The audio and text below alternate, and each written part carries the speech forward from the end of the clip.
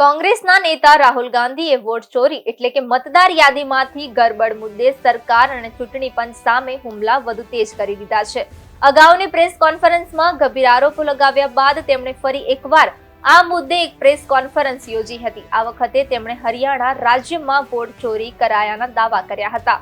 આ સાથે તેમણે મતદાર યાદીમાં ગડબડના અનેક પુરાવા પણ રજૂ કર્યા હતા. જ્યારે રાહુલ ગાંધીએ કહ્યું કે મમતા, દુર્ગા, સંગીતા, મંજુ જેવા સામાન્ય નામનો ઉપયોગ કરીને તેમના માટે ફેક અને બ્લર કરેલા ફોટો વાપરીને મતદારો વધારવામાં આવ્યા અને આ રીતે વોટ ચોરી કરવામાં આવી હતી.